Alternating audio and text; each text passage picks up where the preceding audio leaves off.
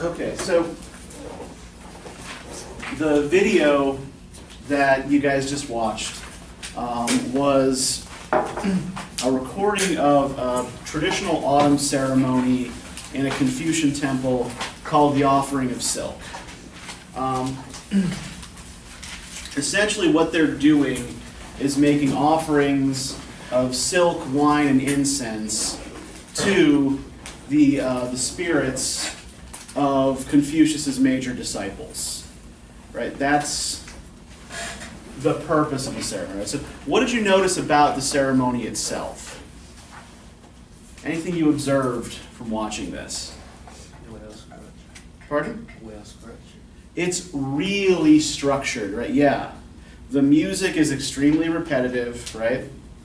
Everybody moves at exactly the same time, right? They're doing exactly the same thing at exactly the same time. Everything is very choreographed, right? Yeah, good. What else did you notice about it?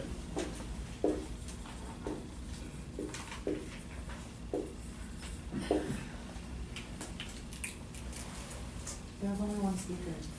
Yeah, there's one speaker, right? One major speaker, and the musicians chant, right, as they're playing, yeah.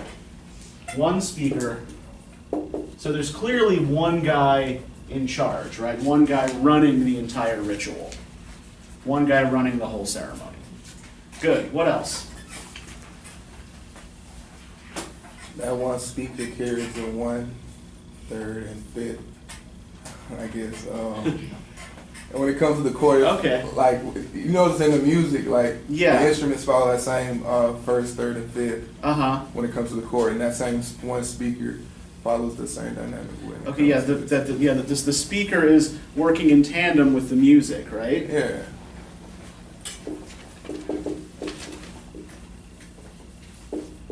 Good. Anything else you guys noticed about this? At the bottom, I saw that that's in Korea, right? But there's also Chinese characteristics. Yeah, Characters, yeah. and I don't understand why. Yeah, well, I mean, Confucianism is it's a belief system native to China, right? That is also practiced in Korea. In fact, you will probably find more practicing Confucians these days in Korea than you will in China, for reasons we'll talk about in a little while. But yeah, I think that probably the reason why there are Chinese characters mixed in there is because, yeah, this is a Chinese belief system and a Chinese ceremony. It's been adopted in Korea as well. So instead of translating some of the concepts to Korean characters, they just maintain the Chinese characters. Anything else? In the end, when the music stopped, there was 4 people who were going in a line and doing something. Yeah, there are these guys shuffling in a straight line, right, and sort of bowing as they're holding these objects in front of them, right? So they file out quietly when this is over, and make their final respects to to the objects they're offering up, and then they leave, right? The basic point of this, and the reason why I wanted you to introduce Confucius and the Analects to you by watching a Confucian ritual, is because for Confucius, ritual is a metaphor for human life, right? For the way we're supposed to behave in the world, right? That in order to build a society, everyone has to do his or her proper parts at the proper moments. If one of those dancers steps out of line or makes the wrong movement, it spoils the ritual, right? It spoils the ceremony. So Confucius envisions a harmonious society as being like this kind of ritual, right?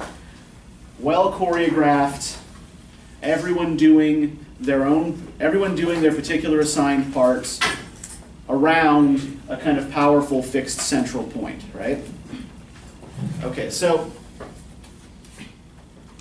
to give you a little bit of historical background here. So Confucius is writing towards the latter end of a particularly long-lasting Chinese dynasty called the Zhao.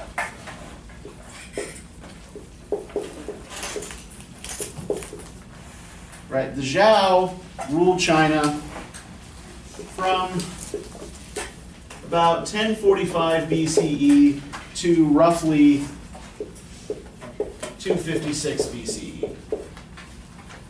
Though some historians dispute some of these dates. Now the Zhao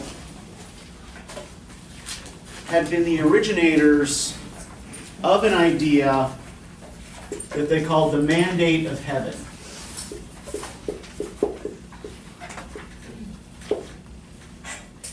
Have any of you heard of the concept of the divine right of kings? Okay, what does that mean? If you talk about the divine right of kings, what does that mean? Absolute power. Okay, but who gives the king absolute power? Yeah, go ahead, Kathy. God. Yes. I knew like ways. Right, yeah, if we're talking about the divine right of kings, this was the belief that got Charles I of England beheaded, right? The idea that God has chosen the king to rule, and thus the king's word is not just human law, but is divine law, right? This was a fairly common belief in Europe in the 16th and 17th centuries, particularly among kings, believe it or not. The mandate of heaven is a similar sort of concept, but the basic idea is that as long as the king is behaving in accordance with the will of heaven,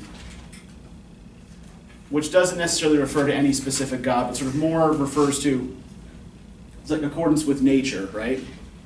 Then the kingdom will prosper and everything's going to be good, right?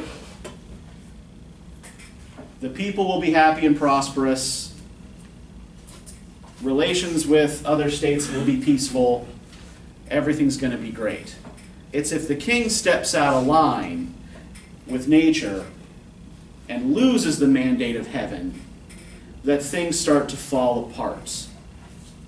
And the Zhao used this idea to justify taking power away from the previous dynasty who were called the Shang.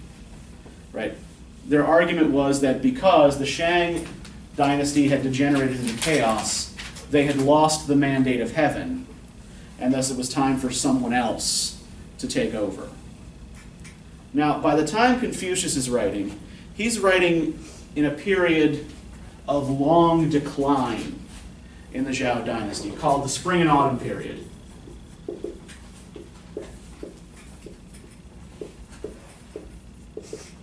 And this lasts from about 771 to 476 BCE. Again, dates are approximate, right? But we can see that the Zhao were in decline for just about as long as they ruled, right? So, what happens during this period, right, is the authority of the Zhao starts to break down, right? The emperor becomes a kind of symbolic spiritual figure who has no real control over his vassals. So we have the breakdown of Zhao society into a series of smaller, more or less autonomous states that still pay respect to the emperor symbolically, but don't really listen to him. All of these states are strong internally, right? Strong enough that the ruling family can maintain a hold on them. But none of them is strong enough to bring the others into line. So there is no dynasty at this point, right? Each is ruled by hereditary dukes.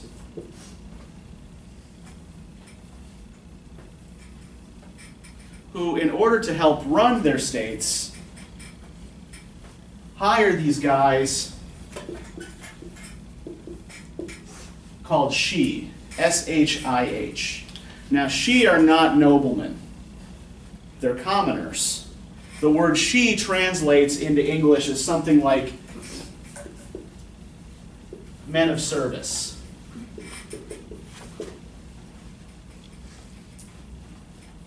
And a typical shi has a number of different aptitudes, right? They're expected to have a broad variety of both military, diplomatic, and intellectual skills in order to be most useful to their lord, right?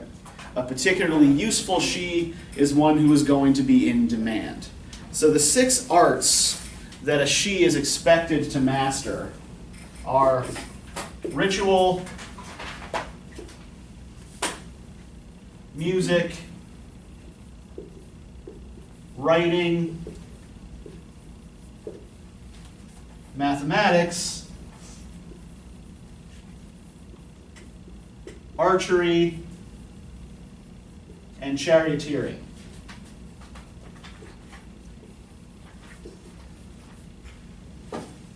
Right, we see that half of these qualify as social or artistic skills, and half qualify as military or tactical skills, right? Mathematics may not have a direct military application, but it's valuable to a strategist, right? It's valuable to a tactician to know a little something about math. So this is the world that Confucius is born into, right? He's born into a world that is essentially run by mercenaries working for powerful families. Right? Now, does this sound like a world that a philosopher would regard as following the mandate of heaven? This looks like society in the process of breaking down, right? Which is what's happening, right? The authority of the Zhao is falling apart. Their empire is falling apart. It's just a very, very long, slow process, right? So what Confucius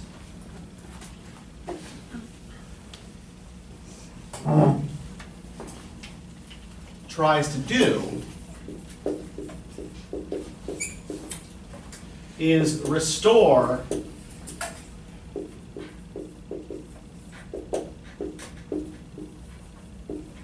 the ancient values of the Zhao, right? He wants to try to take society back to this year around 1045 BCE, when the first Zhao kings took over from the malicious and incompetent Shang, right, and set things right, put things back in order. The problem is that by the time Confucius is writing, nobody really remembers all that well what was going on in 1045 BCE. Nobody really recalls too well what the real traditions of the Zhao were. So there are these sort of figures from folklore, good kings like King Wu and King Wen. Wen, in addition to being the name of a semi-mythical good king, is also the Chinese word for civilization. So King Wen is King Civilization. So what Confucius ends up doing, we have here an example in the Analects of what the historians Eric Hobsbawm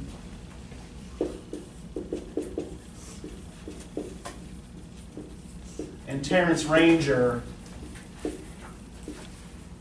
call an invented tradition.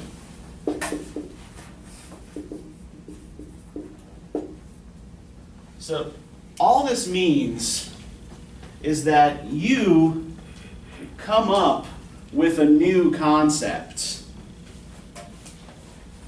and you act as though it's something that's been around forever, right? You act as though it's something that is either rediscovered from some earlier period in history, or something that people have actually been doing for ages and just not talking about, right? It's something you came up with, but you present it as though it's a tradition. A good example of this would be, how many of you know what tartans are? Does anybody know what a tartan is? Yeah. Okay, what's a tartan, Sarah? It's like the plaid that Scotsmen wear. It makes up like, is a kilt a tartan too, or they wear a tartan around the kilt there? is in a tartan pattern, right? Okay. So a tartan, right, so Scottish Highlanders, right, wear cloaks and kilts, right, that are done in these plaid patterns. And a tartan is a pattern that belongs to a particular clan or family, right? This is total bullshit. Clans and families don't have their own tartans, right? Traditionally did not. Right? People just wore, dyed the kilt and the cloak whatever color was convenient. Right? Usually one that made you not so easy to see if you wanted to be hidden from other people. In the mid-19th century, the novelist Sir Walter Scott was hosting a visit from Queen Victoria in the Scottish capital of Edinburgh, and he wanted to impress her, right, with something uniquely Scottish. So he came up with the idea that each Scottish family represented at this gathering should wear their own traditional plaid. And so this is where this tradition came from, right? A lot of the things we talk about as traditional are, in fact, these kinds of invented traditions, right? We actually haven't been doing them that long, but we pretend we've been doing them forever, right? When we talk, for example, about traditional marriage in the United States, right? Usually what we mean is a marriage based on compatibility, right, between one man and one woman, and we call that traditional marriage. But that still doesn't look like the way marriage does in many other societies, right?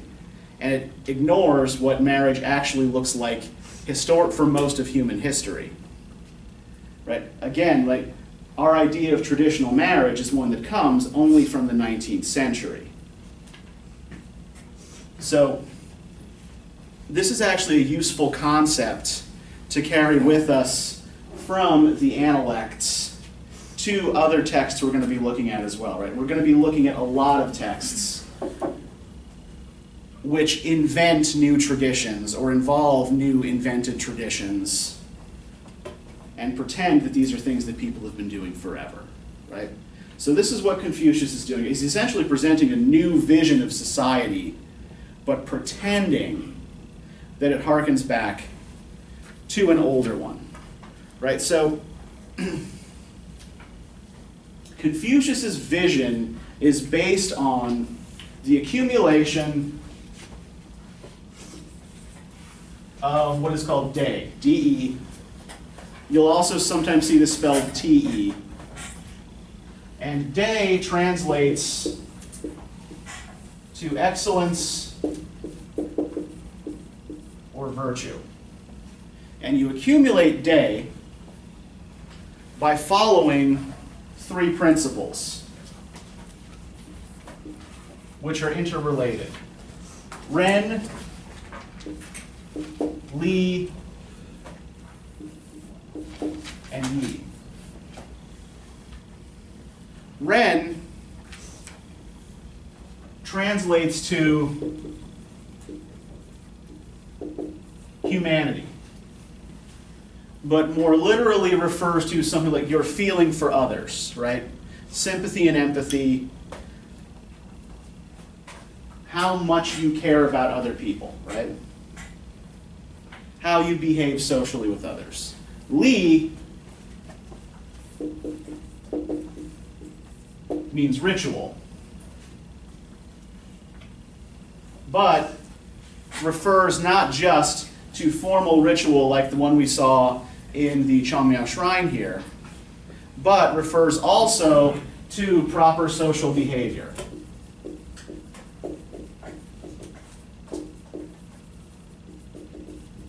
Right? There are ways you are supposed to behave towards a social equal. There are ways you are supposed to behave towards a social inferior or a social superior. Right? There are ways you are supposed to behave towards a child, depending on your relationship to that child. There are ways you are supposed to behave towards a parent, or an aunt, or an uncle, right? There are different ways you're supposed to behave towards men, different ways you are supposed to behave towards women, right? So Lee refers to your observance of these particular social rules, right? So what this comes down to really is about kind of knowing where you fit into society and acting accordingly, right? What is your role in this big ritual in relation to all of the other participants? What was that? Oh. Somebody just banged a desk. All right, YouTube is going off on its own now, apparently. That's fun. Freaking ghosts. Okay. And the final component of this yi means righteousness.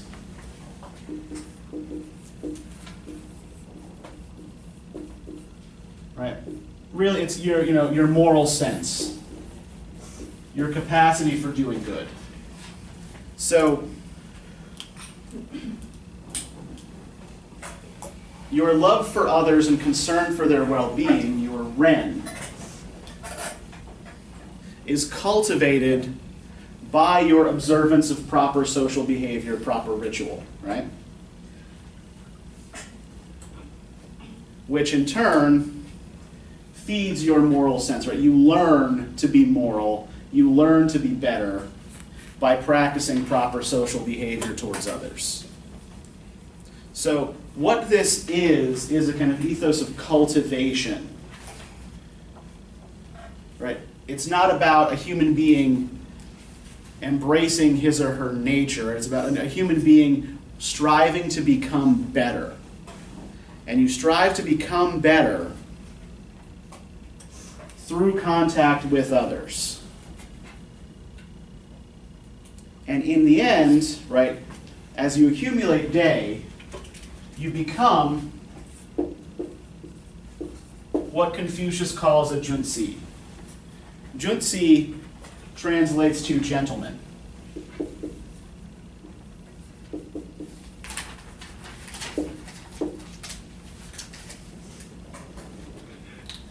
And essentially all this means is a person who has fully cultivated his or her sense of humanity, right, through the practice of these three virtues. So the junzi is intended to be a counterpoint to the shi, right? The shi, right, the man of service, the mercenary, is defined by his skills. A junzi is not defined by his skills. He is defined by how well he fulfills his social. He's defined by his humanity. Does this make sense to everybody so far? Everybody getting it? Everybody following me? Okay, great. So why don't we start digging into the text a little bit? Do any of you have particular passages that stood out to you that you wanted to ask questions about? Are the tenets basically supposed to apply to women, or? In Confucius's time, it would probably not be possible for a woman to acquire enough day to become a junzi. As societies get a little bit more egalitarian, I would say that yes. Now, women would still be expected to obey their proper social role, right? Everyone is supposed to behave in accordance with Li, because if they don't, society falls apart. right? This is actually pretty similar. Remember last time we talked a little bit about Augustus, right, the first emperor of Rome, and how he tried to promote this image of order and stability based on duty and service in order to, kind of bring order back after a ferocious civil war. Confucius is actually doing something pretty similar. Right? These are both invented traditions, right? Augustus pretends that Rome is a continuation of an earlier civilization and that this is something that they've always believed. Confucius pretends that he's returning to the values of an earlier and more pure historical period, right? An earlier, more peaceful historical period. And in both cases, right, it's about stability and order in a chaotic world. Right? How do we restore order? We revise the way we treat each other, right? And we make sure that our behavior is focused on where we fit into some bigger picture, something that is bigger than ourselves. Right? So this is Confucius's big innovation. Right? All right. Any questions about specific passages that you guys had, or specific chapters in the Analects?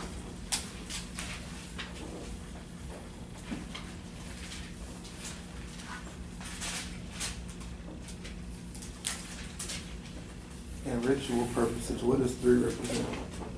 What does 3 represent? Can you give me a little more context? Well, isn't something about 3 years? Okay, and yeah, that's actually explained in that particular passage. If we look on page 1343, I think you're referring to book 17, verse 21 there, right? Can I get a volunteer to read this from Zayu Asked?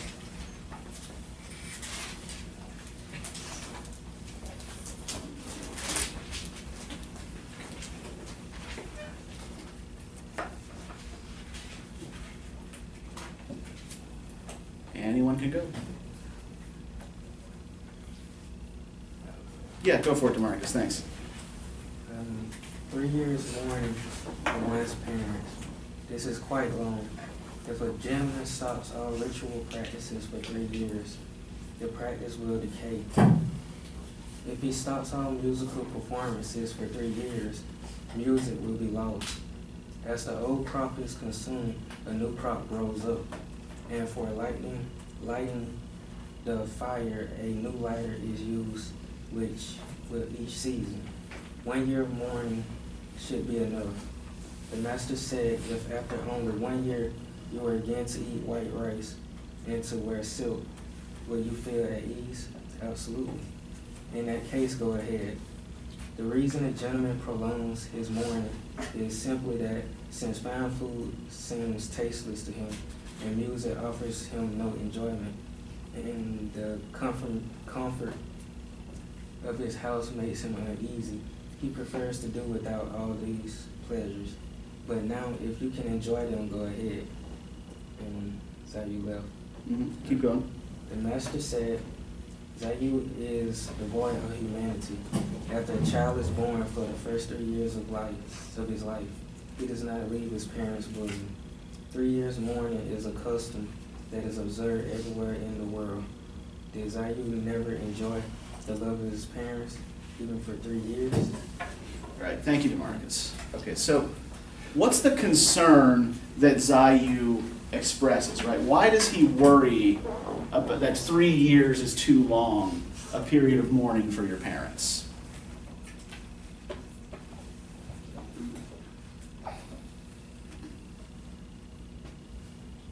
If you stop doing any of the things he listed, and then some other things that I'm sure stay, it's hard to remember after a while what certain things are meant to be. Yeah, so if you stop practicing the rituals, you forget how to do them. If you stop practicing music, you forget how to play or how to enjoy it, right? The point Zayu is trying to make is that these arts that we perfect, right? These things that make us civilized, these behaviors that we use to demonstrate that we're civilized, if we don't practice them, if we don't cultivate them, they decay and society falls apart again. But what's Confucius's response to this? Why does Confucius think that 3 years is not only good but necessary? What does the 3 years represent? Mourning. Yeah, it's 3 years of mourning for your parents, right? But why is it 3 years? What are you paying your parents back for? The 3 years when you were a baby. The 3 years in which you were totally dependent on them, right? Yes. Because of their love and care, you survived when you couldn't have done so on your own. And so, you owe it to them to give them back 3 years when they die, right? You owe it to them to give them those 3 years of mourning to show that you appreciated it, to show that you appreciated the care they gave you, right? It's one of the key concepts in Confucian thought. It doesn't fall in cleanly into this sort of three-part pattern here, but you know, this is about, I guess it's sort of, it's related to Ren and Li. Chao, X-I-A-O, and it means, loosely translated, filial piety, right? Essentially, right, you know, a parent's, or a child's respect for his or her parents. Right, we see this referenced as well on page 1335. The master said, "When the father is alive, watch the son's aspirations. When the father is dead, watch the son's actions. If, 3 years later, the son has not veered from the father's way, he may be called a dutiful son indeed." Right? Even when your parents are gone, you are expected to continue on the path in which they set you, right? You're expected to continue to give them love and respect after they have died, right? Duty to your parents is among your most important duties. A little further down as well, right? On book 2, chapter 7, right? Ziyu asked about filial piety. The master said, "Nowadays people think they are dutiful sons when they feed their parents, that they also feed their dogs and horses. Unless there is respect, where is the difference?" So the idea here, and this is similar to the argument that Confucius had with Ziyu, right? Ziyu was worried about the superficial aspects of culture, right? He was worried about what would happen if we stopped practicing rituals and stopped playing music. What he wasn't concerned with was what those rituals and those music represent, right? They're mere, like, the features of civilization are just representations of your feelings for other people. And for Confucius, like, while ritual is important, ritual is just an externalization of your feeling for others, of your care for others. Right? Feeling is always more important than proper ritual. Did you have a hand up for a second there, or no? Okay. All right, so that's filial piety, right? That's what the whole 3 years thing comes in. So rather a long way to answer your question, but I think I think you know it was important to draw that out a little bit. Okay. Other questions you guys have here? Anything else that stuck out to you or confused you? Yeah, Caitlin. On page 1339, book 11. Uh-huh. It's just the whole book in general. Okay. It's a bit confusing. Okay. So the first excerpts we have from this are about Confucius mourning the death of his favorite disciple, right? Right? Yan Hui has died, and Confucius is upset about this. Right? Yan Hui died. The master wailed wildly. His followers said, "Master, such grief is not proper." The master said, "In mourning such a man, what sort of grief would be proper?" And this is another demonstration of that idea that feeling is ultimately more important than propriety, right? If you overstep the bounds of propriety a little bit, that's okay, as long as what you're doing is demonstrating your feeling for a loved one. Right? It's a demonstration of your humanity. Right? I think another way to read humanity, another way to read Ren in terms of Confucian belief would be, right, reciprocity. How you treat others and how you expect to be treated in return, right? And then we have this rather long passage afterwards, right? Verse 26, right? Zilu, Zhengdian, Rankui, and Gongji Chi were sitting with the master. The master said, "Forget for one moment that I am your elder. You often say the world does not recognize our merits. But given the opportunity, what would you wish to do?" Zilu rushed to reply first. "Give me a country not too small, but squeezed between powerful neighbors. It is under attack and in the grip of a famine. Put me in charge. Within 3 years, I would revive the spirits of the people and set them back on their feet." "Rankui, what about you?" The other replied, "Give me a domain of 60 to 70, or say 50 to 60 leagues. Within 3 years, I would secure the prosperity of its people. As regards their spiritual well-being, however, this would naturally have to wait for the intervention of a true gentleman." "Gongji Chi, what about you?"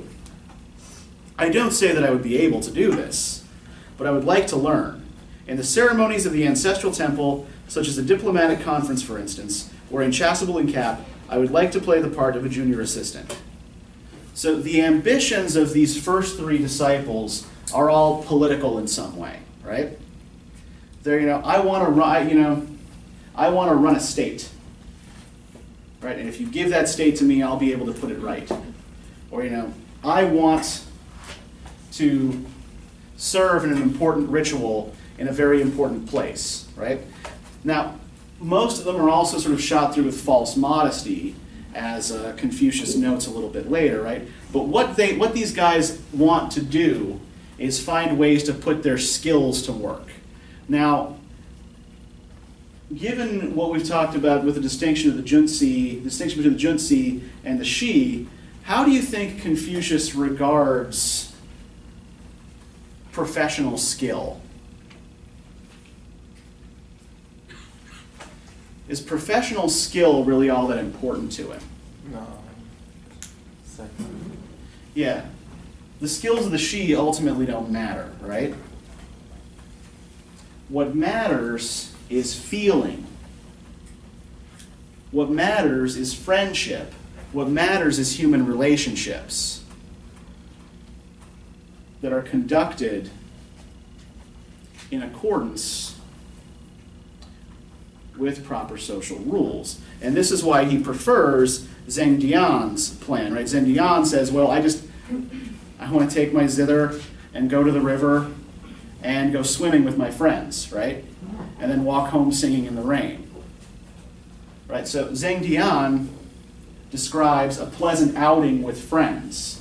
And this to Confucius sounds better than all this boasting about what these other disciples would do if they were given the chance to put their skills to use, right? What's really most important here, again, is your human relationships. This is what it always comes back down to here, right? Now, while we're on the whole sort of Junzi thing, there are a couple of passages here that I think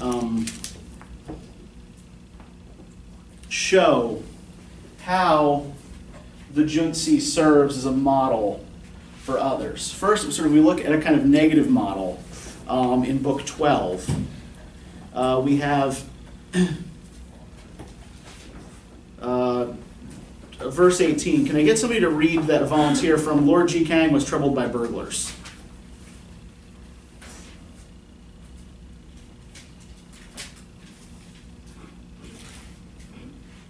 Anybody? Yeah, Kathy, go for it. Lord Ji Kang was troubled by burglars. He consulted with Confucius. Confucius replied, if you yourself were not covetous, they would not rob you, even if you paid them to. Okay, so according to Confucius's logic, right, why is Lord Ji Kang victimized by burglars? So he has a lot of stuff. He has a lot of, okay, yeah, he has a lot of valuables, right? And why does he have a lot of valuables? He's greedy. Because he's greedy, yeah. So his own greed, right, his own moral flaw seeps out into his domain and poisons his people, right? Because the Lord is covetous, right? Because the Lord is not virtuous, the people are not virtuous either. Right? If the Lord is bad, the people will be bad as well. Can I get somebody to read the following chapter? Starting with Lord Ji Kang asked Confucius. 19? 19, yep. 1341? Yep. You're Okay. in the right place. Okay. Lord Ji Kang asked Confucius about government, saying, suppose I were to kill the bad to help the good. How about that? Confucius replied, you are here to govern. What need is there to kill? If you desire what is good, the people will be good. The moral power of the gentleman is wind. The moral power of the common man is grass. Under the wind, the grass must bend. Right, so, same principle here, right? The moral force of the ruler is what rules the people, not the threat of violence, right? Not arbitrary rules and laws, right? If the Lord is virtuous, the people will be virtuous, right? The kingdom itself will take on the character of its ruler, right? The ruler is that central figure in the ritual that is the kingdom, right? You remember we were watching that ritual and somebody noted that there's only one main speaker, right? There are chanters following that speaker, but that speaker sets the tone for the whole ritual. And if he fucks up, everybody fucks up, right? So that's the principle, right? You know, the junzi has a moral force that exudes outward and influences others. Let me see if I can find this, right? If we look on the following page, book 15, chapter 5, right? The master said, Shun was certainly one of those who knew how to govern by inactivity. How did he do it? He sat reverently on the throne, facing south, and that was all. Right? A good ruler, a ruler who is cultivated, who has feeling for others, who has the characteristics of a gentleman, doesn't actually need to do anything. All he has to do is sit on his throne in the proper ritual position, and everything will fall in line around him, right? This is that whole mandate of heaven idea. Right? If the ruler is morally good, he doesn't need to do anything. He doesn't need to act. Everything will fall properly into place. All right, so I have more I can say about all of this, but do any of you have other questions or concerns? Like other passages that you guys want to talk about or that you're mixed up about a little bit?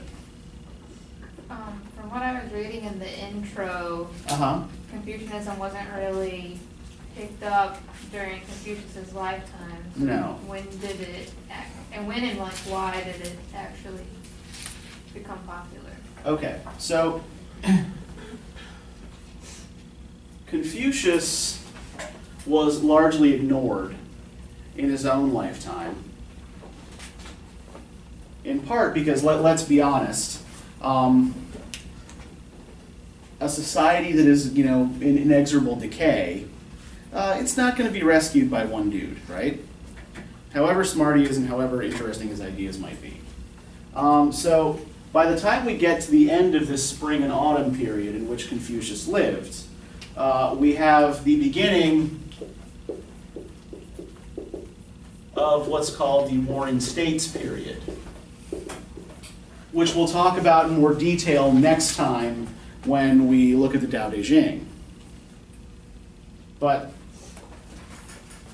the dynasty that comes out of the Warring States period, right? The dynasty that eventually wins out, defeats all the others, and unites China. It's actually it's basically one king who doesn't last. It's called the Qin, and the Qin are eventually succeeded by a dynasty called the Han, and the Han make Confucianism their official philosophy, right?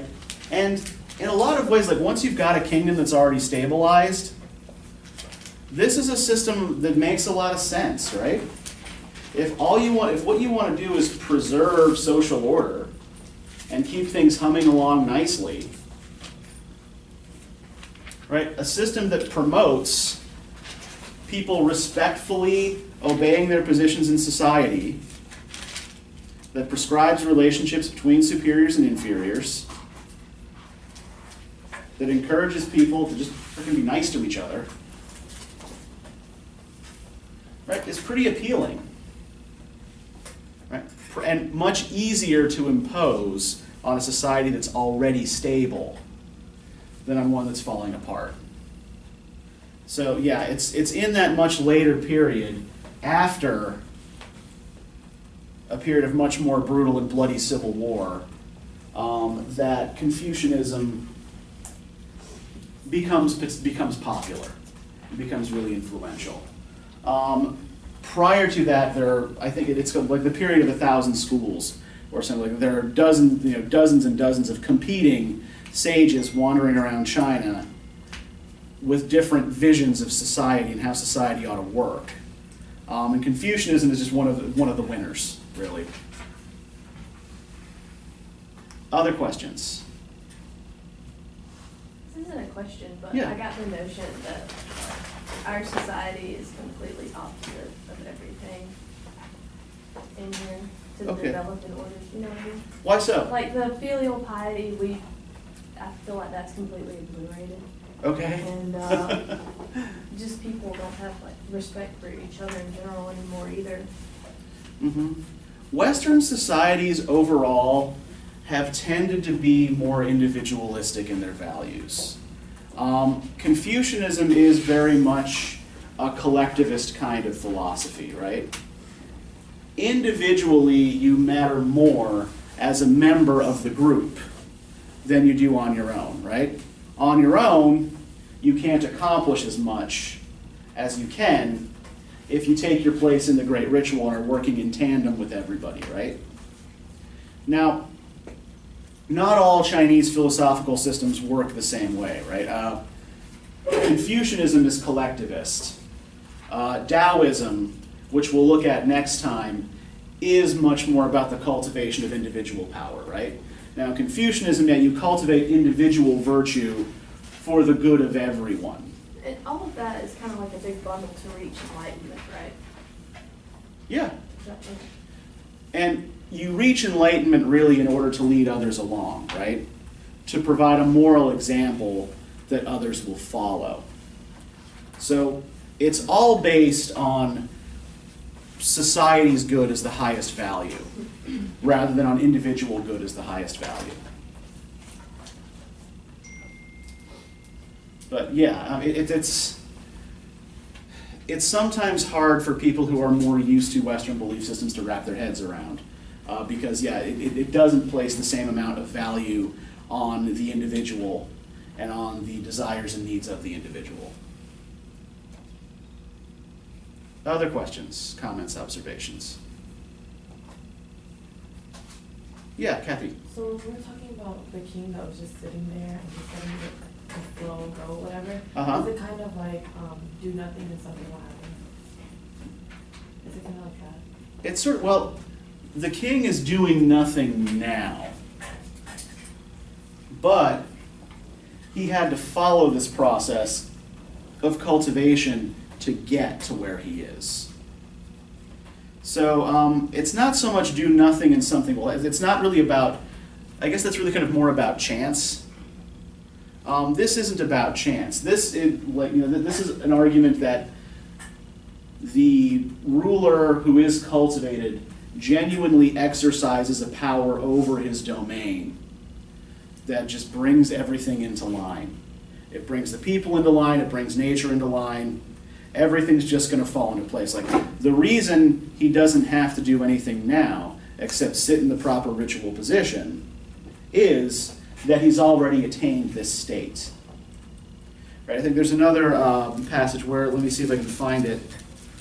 Confucius talks about going to live among the barbarians. Right? Book 9, verse 14. The master wanted to settle among the 9 barbarian tribes of the east. Someone said, "It is wild in those parts. How would you cope?" The master said, "How could it be wild once a gentleman has settled there?"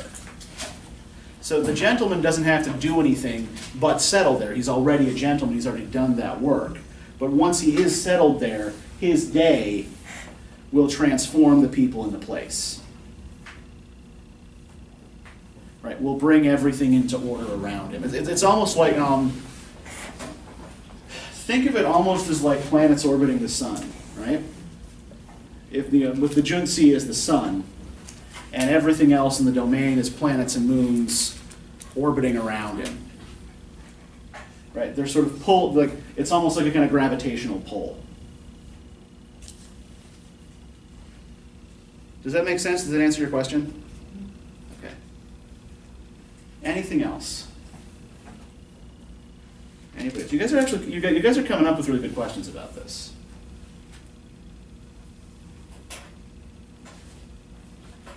What else do you want to know? What else do you want to talk about?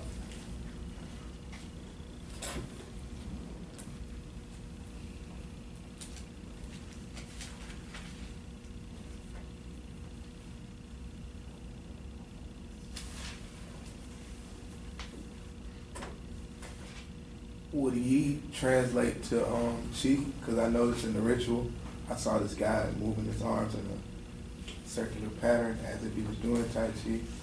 Tai Chi is actually more closely related to Taoism than it is to, it comes out of Taoist practices rather than Confucian practices.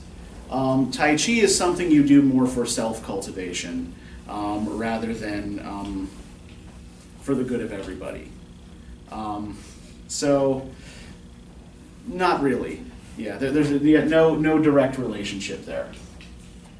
Well, there's another sort of important concept. Actually, 2 more that I want to try to cover here. If we look on at the top of page 1338, can I get a volunteer to read 721? Starting with the master never talked of. Go ahead. Okay. Yeah. The master never talked of miracles, violence, disorders, or spirits. The master never talked of miracles, violence, disorders, or spirits, right? So what does the master's system lack, or at the very least not require? The bad, or the unknown. Yeah, miracles are good, right? Yeah, I didn't even You say that. generally like It miracles, right? It clicked once. Yeah. I was like, wait, you idiot. Yeah, I mean, miracles, disorders, spirits. I mean, like, what kind of world do all of these things refer to? The supernatural, exactly, right? So this is a system that doesn't really require any kind of supernatural belief. This is one thing that distinguishes certain East Asian religions from Western religions, right? Confucianism doesn't require a god or gods. It is often compatible with certain forms of Chinese folk religion, in which mostly involves the nature of the worship of local gods and nature spirits. Taoism is similar in that, right? Taoism also does not require belief in a god or existence in a god in order to practice. Yes? As you keep talking about this, it actually reminds me of my friend, and he's Buddhist, and I was curious Mhm. about his, like, what he believes in. Yeah. And he was like, well, we do pray and all that stuff. And I was like, Mhm. who do you pray to? He was like, oh, just myself. And I'm like, so you're basically just talking to yourself. And Yeah. he's like- and that's what it sounds like, because he doesn't believe in like any supernatural thing. Okay, He just yeah. believes in improving himself and all that stuff. And there are different schools of Buddhism as well, some of which are more supernaturally oriented than others. I mean, Buddhism grows out of the same cultural root that Hinduism does. Yeah, I mean, a lot of these religions, don't require any kind of God concept. You can do all of this. You can work your way up to the status of junsi, right? You can become a gentleman. You can become a cultivated person without any kind of supernatural intervention, right? In fact, why might supernatural belief or supernatural intervention be discouraged in a belief system like this? If you believe in miracles, then what do you believe in? A higher power. You believe in a higher power, and what does that higher power do? Or what can that higher power do for you? It can do miracles, yes. All right, so we're just circling back now. Okay, but if miracles can happen, right? What this means is that you have higher powers, supernatural powers, that intervene directly in the world, right? And if supernatural powers can step in and do things for you, What's the point of that? yeah, why do you have to work so hard yourself, right? Why do you have to work so hard at cultivating yourself? So this is part of why belief in miracles and the supernatural will be discouraged. Yeah, Bradley. At one point, they talk about heaven and how, Mhm. that someone's appointed, or that, I think you touched on it with that. With Yeah. The sheep, the Okay, when we talk about the mandate of heaven, yeah, like the. The and- Tamir, I think that's what it was called. Pardon? What is it called, the Tamir in the article? I should have tried. What are we looking at here? There was an article in the Georgia View. It was called Uh-huh. Tamir. They mentioned it. Well, the concept of heaven that we're dealing with, right? That's right. Heaven means, in this case, The T-N, sorry. T-I-N. Tian. Tian, yeah, that's, yeah, translates to heaven, yeah. Heaven, in this case, refers to basically the universe, right? The cosmos.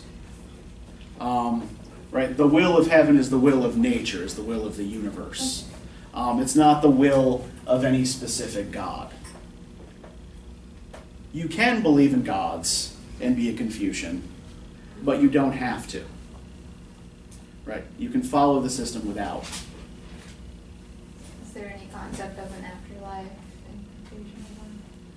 Well, I mean, it's often kind of married with traditional ancestor worship. So yeah, I mean, there certainly is the idea that ancestor spirits hang around.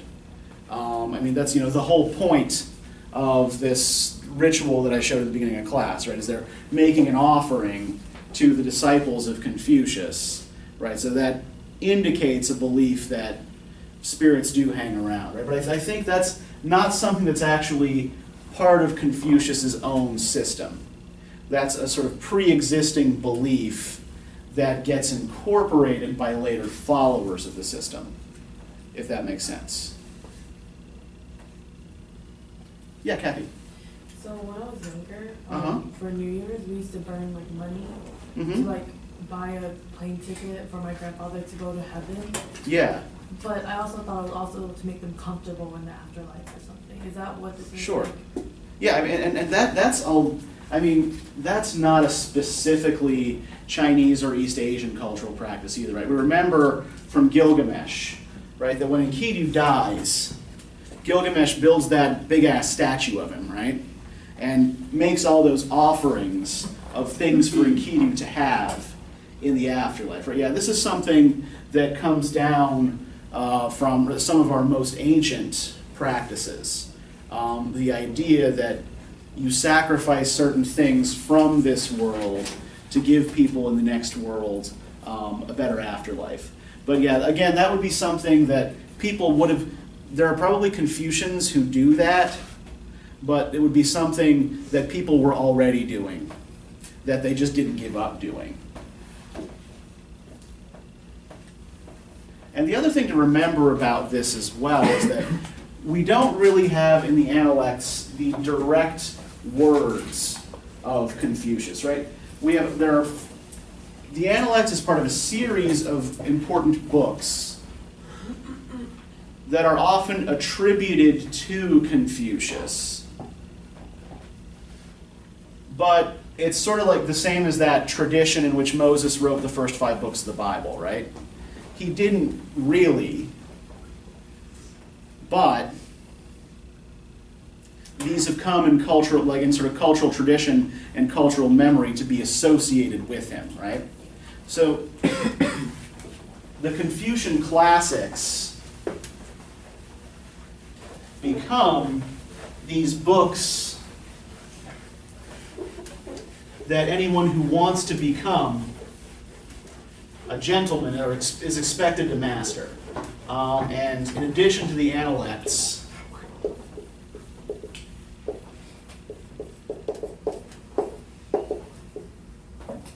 right, you're expected to be familiar with the I Ching, or the Book of Changes, which is a traditional divination manual.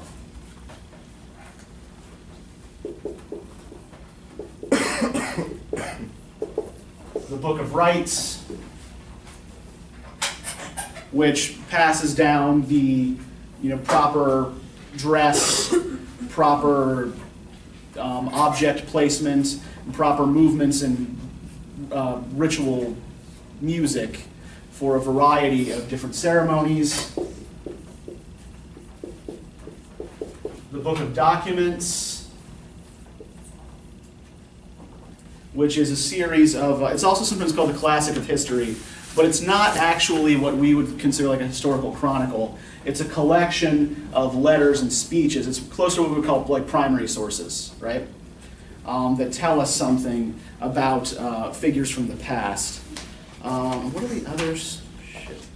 The Spring and Autumn Annals, which is, bless you,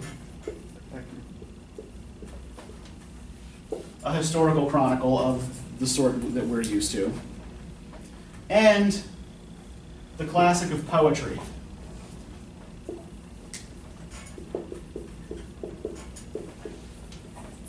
Now, it may have seemed strange to you that Confucius, in a couple of these little episodes in the Analects, really encourages people to study poetry, right? He talks about all that you can find in the poems. And there is a reason for this, right? And one of the things that a Confucian values is efficient action.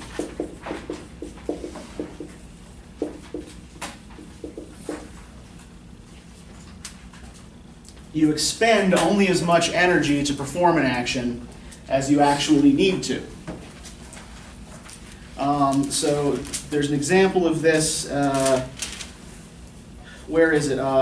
Page 1336, Book 5, Chapter 20, right? Lord Ji Wen always thought thrice before acting. Hearing this, the master said, twice is enough, right? The idea here being that Lord Ji Wen is inefficient, right? Lord Ji Wen wastes his energy by thinking more before acting than he really needs to. Right? We apply this to language as well. Page 1335, Book 3, verse 21. Duke Ai asked Zai Yu which wood should be used for the local totem. Zai Yu replied, the men of Chia used pine, the men of Yin used cypress, the men of Zhao used fir, for they said the people should fear. The master heard of this, he said, what is done is done, it is all past, there would be no point in arguing. Now, what he's angry about here that his disciple has done is his disciple has made a pun, right? He's made a little language joke. And yeah, okay, puns suck, right? They're the lowest form of humor. But it's also, according to Confucius's logic, an inefficient use of language, right? It's a use of language that confuses rather than revealing meaning. Similar concept when he is talking about rectifying the names, right? This also may have seemed a little bit bizarre, if I can find it. Of course, I can never find the thing I'm actually looking for when I need to find it.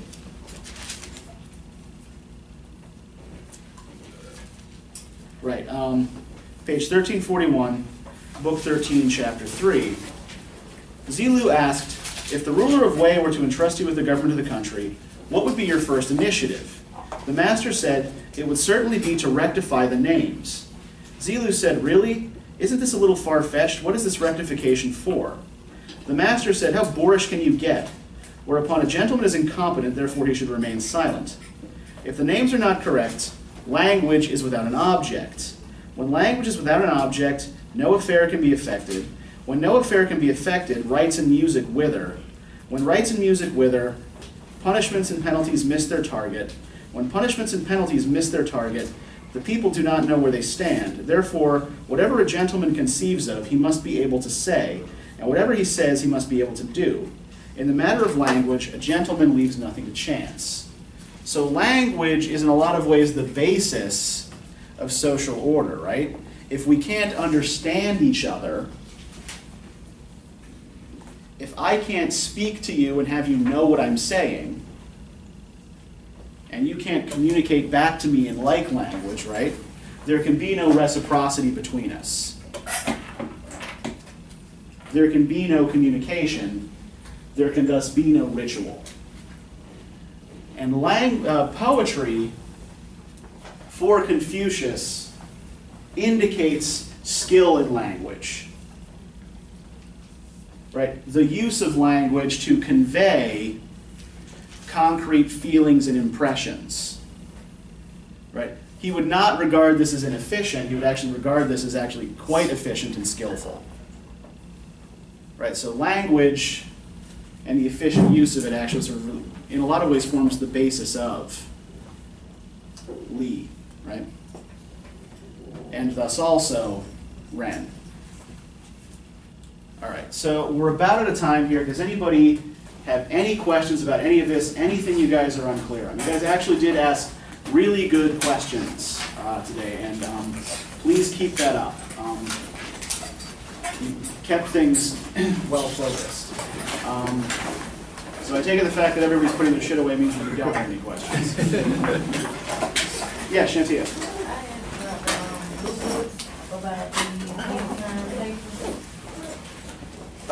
Those are just the exam books that I'll be distributing when you take the midterm exam. That's all those are. Oh. Yeah. Wait, you'll get those out? I will give those out, yeah. Yeah, no, because I think it's bullshit that you should have to buy them. Right on. I'm not going to make you, I mean, I know they're like 50 cents or whatever, but I'm not going to make you pay to take a test.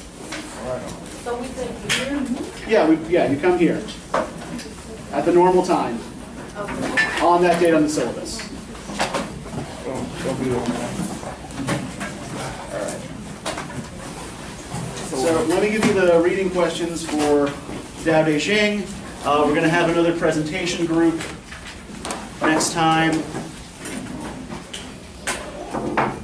And we'll see you on Monday.